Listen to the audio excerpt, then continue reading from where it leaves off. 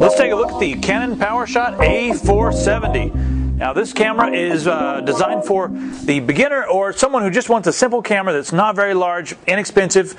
It's a Canon, so it's got great lenses and also amazing color saturation.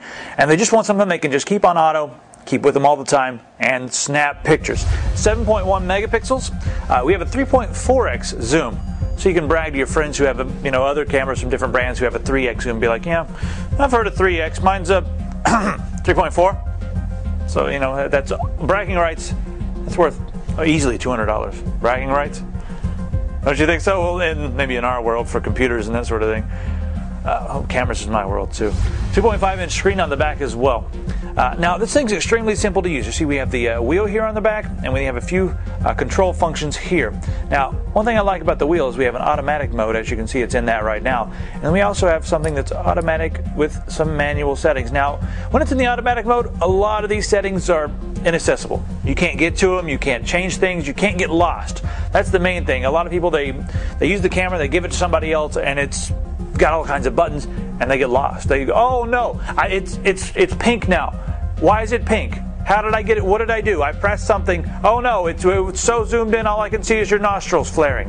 What do I do? Bill, come here, help me. And then you have to go help them. Well, just turn the camera to the auto mode, then a lot of those features are locked, and it's not going to turn black and white or sepia or purple or anything like that, which it does. If you put it in the manual mode, you have a few more controls at your fingertips. There's also some scene modes too, and I'll encourage you guys to check those out as well.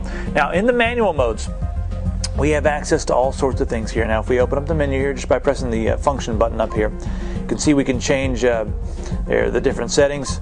If you go on down, let me show you how we can change that's the exposure bracketing. If you want to make it a little darker or brighter, we can do that. Beneath that, we have the ISO. This goes all the way up to 1600 for nighttime shots. It does get a little grainy. Kind of looks artistic if you ask me, but at the lower ISOs, it's nice and smooth. Like, take a look at this picture here I took outdoors. That's at a lower ISO. That means it's lower sensitivity, good for bright light environments where there's already light there. Doesn't need to add its own light. You can see that the sky is nice and blue as well. Moving on down here, we have our different shooting modes as far as, we have macro and infinity. You can put it on a timer as well. Beneath that, actually this is the timer mode right here, and we also have continuous shooting mode where you can just do like a burst mode and hold it down. This is great for people who are playing sports. You just hold the button down and it just keeps snapping over and over. Moving on down here, we have our different color options here. You can do sepia, black and white, and some other color options. You can even program your own custom color options as well. There's the black and white. There we go, custom color. So you can program your own, set it up however you like it. And then here's our quality settings. So you can see it's easy to use.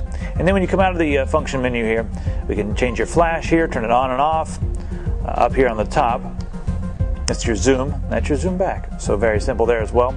And then over here, this allows you to go from macro to the, I guess that's the, I call it infinity, but I think they call it, what do they call it?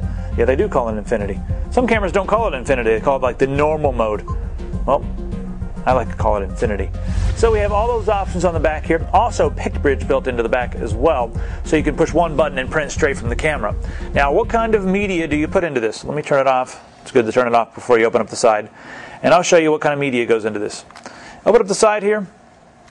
Now in here you can see that I have two AA batteries. I recommend using some rechargeable ones, but it does come with AA. A lot of casual users really like the AA's because they do, especially with the rechargeable ones, if you pick up like a recharger kit, they do last a while, and you can pick them up anywhere. And then it uses SD. You can use SD or SDHC. Now this is a 2 gigabyte card. I've got that in there. It does not actually come with 2 gigabytes of storage. I don't think there's any cameras on the market that do. So be aware that there are a few things you always want to pick up whenever you're picking up a digital camera. That's a memory card, and always, the bigger the better. This does take the large SDHC and some batteries. And like I said, I'd really recommend taking a look at some of the rechargeable AA's. They're pretty inexpensive, and you'll be able to use them over and over again. Better for the environment. The rechargeable ones last a lot longer, and hey, the rechargeable, you can use them over and over again. You don't have to keep buying batteries, so that's nice as well. One more thing I want to show you about the back of the camera here. Now, like I was telling you, we have some scene modes here. Now when you turn it over to the scene modes, see we have portrait there. Now portrait, I really recommend that you guys watch some of my moving away from the auto videos. but press the function button here. We can go through all the different scene modes. You can see there's all sorts of things. Night shots, we have portrait modes, we have sports modes, we have snow modes, we have all kinds of different modes here. But basically, play around with these. If you look through the scene modes, remember what there is, and say like, you know what? Oh, it's today. This is it's a snowy day, so try out snow mode and just see how different the pictures look. Because when you're in auto mode, that's sort of like a, it says, well, I'm just going to take the best shot. It's kind of a compromise because it doesn't really. I guess it doesn't really set the camera up for anything specific, but it does set it up to take a decent picture. So you'll get a decent picture. But if you play around with some of the scene modes, you might get a better picture because it changes the color, it changes the different settings in the camera, like the aperture and the f-stop and the shutter speed. So you have a lot to work with. Also, there's a movie mode as well with this camera. Now, the movie mode records 640 by 480 movies at 30 frames per second. Now you can change it to 320 by 240 if you want to save some space, and you can even bring it down to 15 frames a second. But it does allow you to get that nice full range of motion at 30 frames a second and 640 by 480 with audio, so that's nice as well. The Canon PowerShot A470, it's a great beginner camera, great second camera, and even if you're like a professional photographer, one of these would be a great inexpensive way to go to have like a camera on you at all times. Just throw one in the glove box. You'll never miss another UFO. I'll see you guys next time.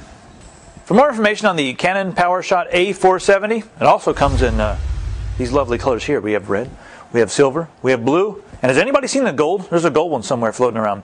Anyway, go to Tiger Direct and simply type Canon PowerShot A470 into the search box. Or you can give us a call 24 hours a day, 7 days a week. 1-800-800-8300.